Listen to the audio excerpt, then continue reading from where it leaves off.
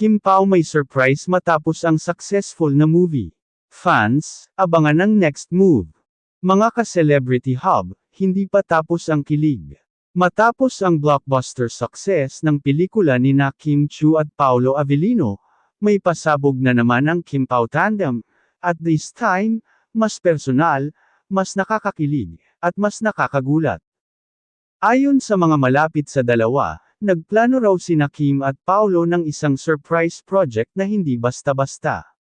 Hindi ito pelikula, hindi rin ito commercial. Clue, may kinalaman ito sa kanila, at sa mga fans na matagal nang nag-aabang ng real-life confirmation.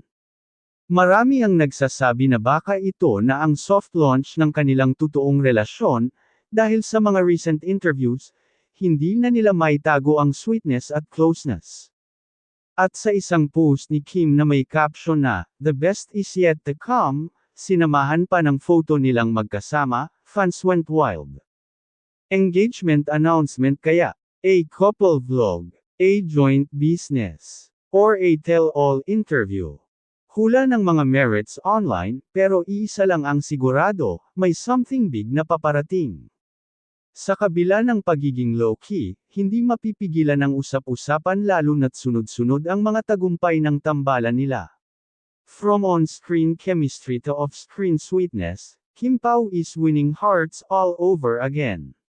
So mga ka-celebrity hub, ready na ba kayo sa next chapter ng Kim Pao love story?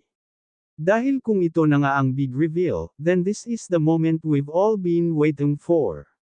Stay tuned at huwag palampasin ang susunod na pasabog.